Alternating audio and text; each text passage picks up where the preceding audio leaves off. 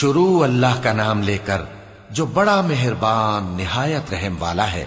حامیم، یہ کتاب رحمان الرحیم کی طرف سے اتری ہے، ایسی کتاب جس کی آیتیں جدا جدا بیان کی گئی ہیں، یعنی قرآن عربی، ان لوگوں کے لیے جو سمجھ رکھتے ہیں، جو بشارت بھی سناتا ہے اور خوف بھی دلاتا ہے، لیکن ان میں سے اکثر نے منہ پھیر لیا اور وہ سنتے ہی نہیں، اور کہنے لگے کہ جس چیز کی طرف تم ہمیں بلاتے ہو اس کی طرف سے ہمارے دل پردوں میں ہیں اور ہمارے کانوں میں بوجھ یعنی بہرا پن ہے، اور ہمارے اور تمہارے درمیان ایک پردہ ہے، تو تم اپنا کام کرو، ہم اپنا کام کرتے ہیں۔ کہہ دو کہ میں بھی آدمی ہوں جیسے تم، ہاں مجھ پر یہ وحی آتی ہے کہ تمہارا معبود ایک ہی معبود ہے، تو سیدھے اسی کی طرف متوجہ رہو اور اسی سے مغفرت مانگو۔ اور مشرکوں پر افسوس ہے جو زکوٰۃ نہیں دیتے اور وہ آخرت کے بھی منکر ہیں۔ جو لوگ ایمان لائے اور عمل نیک کرتے رہے ان کے لیے ایسا ثواب ہے جو ختم ہی نہ ہو۔ کہو کیا تم اس ذات کا انکار کرتے ہو جس نے زمین کو 2 دن میں پیدا کیا اور بتوں کو اس کا مد مقابل بناتے ہو؟ وہی تو تمام جہانوں کا مالک ہے، اور اسی نے زمین میں اس کے اوپر پہاڑ بنائے اور زمین میں برکت رکھی اور اس میں سامان معیشت مقرر کیا، سب 4 دن میں، اور تمام طلبگاروں کے لیے یکساں۔ پھر وہ آسمان کی طرف متوجہ ہوا جبکہ وہ دھواں تھا، تو اس نے اس سے اور زمین سے فرمایا کہ دونوں آؤ، خواہ خوشی سے خواہ ناخوشی سے۔ انہوں نے کہا کہ ہم خوشی سے آتے ہیں۔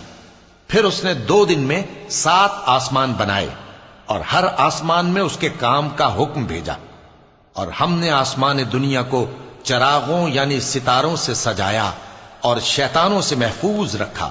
یہ اسی زبردست باخبر کے مقرر کیے ہوئے اندازے ہیں۔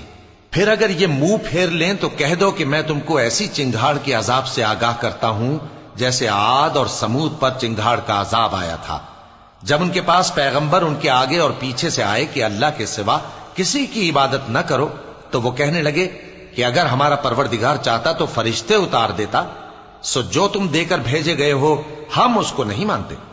اب جو عاد والے تھے وہ ناحق ملک میں تکبر کرنے لگے اور کہنے لگے کہ ہم سے بڑھ کر قوت میں کون ہے؟ کیا انہوں نے نہیں دیکھا کہ اللہ جس نے ان کو پیدا کیا وہ ان سے قوت میں بہت بڑھ کر ہے، اور وہ ہماری آیتوں سے انکار کرتے رہے۔ تو ہم نے بھی ان پر نحوست کے دنوں میں زور کی آندھی چلائی تاکہ ان کو دنیا کی زندگی میں ذلت کے عذاب کا مزہ چکھا دیں، اور آخرت کا عذاب تو بہت ہی ذلیل کرنے والا ہے، اور اس روز ان کو مدد بھی نہ ملے گی۔ اور جو سمود والے تھے ان کو ہم نے سیدھا رستہ دکھا دیا تھا، مگر انہوں نے ہدایت کے مقابلے میں اندھا رہنا پسند کیا، تو ان کے اعمال کی سزا میں ذلت کے عذاب کی کڑک نے ان کو آ پکڑا۔ اور جو ایمان لائے اور پرہیزگار رہے ان کو ہم نے بچا لیا۔ اور جس دن اللہ کے دشمن دوزخ کی طرف اکٹھے کیے جائیں گے پھر ان کی الگ الگ جماعتیں بنائی جائیں گی، یہاں تک کہ جب دوزخ کے پاس پہنچ جائیں گے تو ان کے کان اور آنکھیں اور کھالیں یعنی دوسرے اعضاء ان کے خلاف ان کے اعمال کی شہادت دیں گے، اور وہ اپنی کھالوں یعنی اعضاء سے کہیں گے کہ تم نے ہمارے خلاف کیوں شہادت دی؟ وہ کہیں گی کہ جس اللہ نے سب چیزوں کو نطق بخشا اسی نے ہم کو بھی گویائی دی، اور اسی نے تم کو پہلی بار پیدا کیا تھا اور اسی کی طرف تم لوٹائے جا رہے ہو۔ اور تم اس بات کے خوف سے تو پردہ نہیں کرتے تھے کہ تمہارے کان اور تمہاری آنکھیں اور کھالیں تمہارے خلاف شہادت دیں گی، بلکہ تم یہ خیال کرتے تھے کہ اللہ کو تمہارے بہت سے اعمال کی خبر ہی نہیں، اور اسی خیال نے جو تم اپنے پروردگار کے بارے میں رکھتے تھے تم کو ہلاک کر دیا اور تم خسارہ پانے والوں میں ہو گئے۔ اب اگر یہ صبر کریں گے تو بھی ان کا ٹھکانہ دوزخ ہی ہے، اور اگر توبہ کریں گے تو ان کی توبہ قبول نہیں کی جائے گی۔ اور ہم نے ان کے ایسے ساتھی بنائے جنہوں نے ان کے اگلے اور پچھلے اعمال ان کو عمدہ کر دکھائے تھے، اور جنات اور انسانوں کی جماعتیں جو ان سے پہلے گزر چکی ان پر بھی اللہ کے عذاب کا وعدہ پورا ہو گیا۔ بے شک یہ نقصان اٹھانے والے ہیں۔ اور کافر کہنے لگے کہ اس قرآن کو سنا ہی نہ کرو، اور جب پڑھنے لگے تو شور مچا دیا کرو تاکہ تم غالب رہو۔ سو ہم بھی کافروں کو سخت عذاب کے مزے چکھائیں گے اور ان کے برے اعمال کی جو وہ کرتے تھے سزا دیں گے۔ یہ اللہ کے دشمنوں کا بدلہ ہے یعنی دوزخ، ان کے لیے اسی میں ہمیشہ کا گھر ہے۔ یہ اس کی سزا ہے کہ ہماری آیتوں سے انکار کرتے تھے۔ اور کافر کہیں گے کہ اے ہمارے پروردگار، جنوں اور انسانوں میں سے جن لوگوں نے ہم کو گمراہ کیا تھا ان کو ہمیں دکھا کہ ہم ان کو اپنے پاؤں تلے روند ڈالیں تاکہ وہ سب سے نیچے رہیں۔ جن لوگوں نے کہا کہ ہمارا پروردگار اللہ ہے، پھر وہ اس پر قائم رہے، ان پر فرشتے اتریں گے اور کہیں گے کہ نہ خوف کرو اور نہ غمناک ہو، اور بہشت کی جس کا تم سے وعدہ کیا جاتا ہے خوشی مناؤ۔ ہم دنیا کی زندگی میں بھی تمہارے دوست تھے اور آخرت میں بھی تمہارے رفیق ہیں، اور وہاں جس نعمت کو تمہارا جی چاہے گا تم کو ملے گی، اور جو چیز طلب کرو گے تمہارے لیے موجود ہوگی۔ یہ بخشنے والے مہربان کی طرف سے مہمانی ہے۔ اور اس شخص سے بڑھ کر بات کا اچھا کون ہو سکتا ہے جو اللہ کی طرف بلائے اور عمل نیک کرے اور کہے کہ میں مسلمان ہوں۔ اور بھلائی اور برائی برابر نہیں ہو سکتی، تو سخت کلامی کا ایسے طریق سے جواب دو جو بہت اچھا ہو۔ ایسا کرنے سے تم دیکھو گے کہ جس میں اور تم میں دشمنی تھی وہ تمہارا گرم جوش دوست ہے، اور یہ بات انہی لوگوں کو حاصل ہوتی ہے جو برداشت کرنے والے ہیں، اور انہی کو نصیب ہوتی ہے جو بڑے صاحب نصیب ہیں۔ اور اگر تمہیں شیطان کی جانب سے کوئی وسوسہ پیدا ہو تو اللہ کی پناہ مانگ لیا کرو، بے شک وہ سنتا ہے، جانتا ہے۔ اور رات اور دن اور سورج اور چاند اس کی نشانیوں میں سے ہیں۔ تم لوگ نہ تو سورج کو سجدہ کرو اور نہ چاند کو، بلکہ اللہ ہی کو سجدہ کرو جس نے ان چیزوں کو پیدا کیا ہے، اگر تم کو اس کی عبادت منظور ہے۔ پھر اگر یہ لوگ سرکشی کریں تو اللہ بھی ان سے بے نیاز ہے، کیونکہ جو فرشتے تمہارے پروردگار کے پاس ہیں وہ رات دن اس کی تسبیح کرتے رہتے ہیں اور کبھی تھکتے ہی نہیں۔ چونکہ آیت سجدہ تلاوت کی گئی ہے لہذا سامعین پر سجدہ واجب ہے۔ اور اے بندے، یہ اسی کی قدرت کے نمونے ہیں کہ تو زمین کو دبی ہوئی یعنی خشک دیکھتا ہے، پھر جب ہم اس پر پانی برسا دیتے ہیں تو وہ شاداب ہو جاتی اور پھولنے لگتی ہے۔ بے شک وہ جس نے زمین کو زندہ کیا وہی مردوں کو زندہ کرنے والا ہے، بے شک وہ ہر چیز پر قادر ہے۔ بے شک جو لوگ ہمارے احکام سے انحراف کرتے ہیں وہ ہم سے پوشیدہ نہیں ہے۔ بھلا جو شخص دوزخ میں ڈالا جائے وہ بہتر ہے یا وہ جو قیامت کے دن بے خوف ہو کر آئے؟ تو خیر، جو چاہو سو کر لو، جو کچھ تم کرتے ہو وہ اس کو دیکھ رہا ہے۔